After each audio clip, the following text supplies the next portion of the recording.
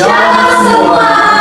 Kami dari GB2, GK10 kelompok 22 dengan anggota kelompok saya, Herald Pacendia. Saya Angelita Svianingsi Walubu. Saya Juana Amaral. Saya Desi Morita Menova. Dan saya Ida Sakarya. Baik, pada video ini kami akan menjelaskan anatomi dan fisiologi sistem respirasi. Sistem respirasi merupakan sistem tubuh yang berperan penting dalam proses pertukaran gas, yaitu pengambilan oksigen dan pengeluaran karbon dioksida. Oksigen diperlukan oleh sel tubuh untuk menghasilkan energi melalui proses metabolisme, sedangkan karbon dioksida merupakan hasil sisa yang harus dikeluarkan dari tubuh. Sistem respirasi bekerja sama dengan sistem peredaran darah untuk mendistribusikan oksigen ke seluruh jaringan tubuh. Organ utama dalam sistem respirasi meliputi saluran pernapasan, atas dan bawah, serta paru-paru sebagai organ pertukaran gas. Pada presentasi ini akan dibahas secara lengkap mengenai anatomi dan fisiologi sistem respirasi manusia, serta beberapa gangguan yang dapat terjadi. Yang pertama, saluran pernapasan atas terdiri atas hidung, rongga hidung, faring, dan laring. Hidung berfungsi sebagai pintu masuk udara ke dalam tubuh serta berperan dalam menyaring, menghangatkan, dan mengembangkan udara yang dihirup. Rongga hidung dilapisi oleh mukosa dan silia yang berfungsi menangkap partikel debu dan mikroorganisme. Faring merupakan saluran penghubung antara rongga hidung dan laring, sedangkan laring berfungsi sebagai jalur udara menuju trakea serta sebagai organ pembentuk suara. Struktur epiglotis pada laring berperan mencegah masuknya makanan ke saluran pernapasan saat menelan. Yang kedua, saluran pernapasan bawah. Saluran pernapasan bawah terdiri dari trakea, bronkus, bronkiolus, dan alveolus. Trakea berfungsi sebagai saluran utama udara menuju paru-paru dan diperkuat oleh cincin tulang rawan agar tetap terbuka. Bronkus bercabang dari trakea menuju paru-paru kanan dan kiri, kemudian bercabang lagi menjadi bronkiolus yang lebih kecil. Ujung dari bronkiolus adalah alveolus, yaitu kantung udara berdinding tipis yang dikelilingi oleh kapiler darah.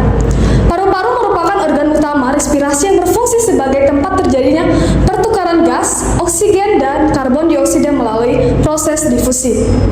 Yang ketiga, fisiologi sistem respirasi melibatkan proses ventilasi, difusi, dan perfusi. Ventilasi adalah proses keluar masuknya udara ke dalam paru-paru yang terdiri atas inspirasi dan ekspirasi. Inspirasi terjadi ketika diafragma berkontraksi sehingga rongga dada membesar, sedangkan ekspirasi terjadi ketika diafragma relaksasi dan rongga dada mengecil.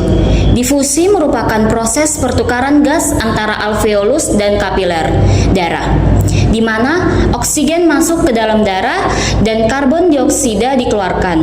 Proses ini dipengaruhi oleh perbedaan tekanan parsial gas. Yang keempat, yaitu transport gas dan regulasi pernapasan. Oksigen yang masuk ke dalam darah akan diangkut oleh hemoglobin dalam sel darah merah dan didistribusikan ke seluruh jaringan tubuh. Sebagian kecil oksigen yang terlarut langsung ke dalam plasma darah. Karbon dioksida dapat dihasilkan dari metabolisme sel yang akan diangkut kembali ke paru-paru dalam bentuk terlarut, terikat hemoglobin atau sebagai ion biokarbonat. Pengaturan pernapasan dikendalikan oleh pusat pernapasan di medula oblongata dan pons yang peka terhadap perubahan kadar karbon dioksida, oksigen, dan pH darah. Yang kelima, gangguan sistem respirasi. Beberapa gangguan yang terjadi pada sistem respirasi antara lain asma, bronkitis, pneumonia, dan tuberkulosis. Asma ditandai dengan penyempitan saluran napas akibat peradangan, sedangkan bronkitis merupakan peradangan pada bronkus. Pneumonia adalah infeksi pada alveolus yang menyebabkan gangguan pertukaran gas, dan tuberkulosis disebabkan oleh bakteri Mycobacterium tuberculosis. Sebagai kesimpulan, sistem respirasi memiliki peran vital dalam kehidupan manusia karena berhubungan langsung dengan penyediaan oksigen bagi tubuh. Pemahaman mengenai anatomi dan fisiologi sistem respirasi sangat penting untuk menjaga kesehatan paru-paru dan sistem pernapasan. Baik, materi ini disusun berdasarkan sumber ilmiah seperti Newton dan Hall serta Tortora di Rexel. Baik, demikian hasil presentasi kami mengenai anatomi dan fisiologi sistem respirasi.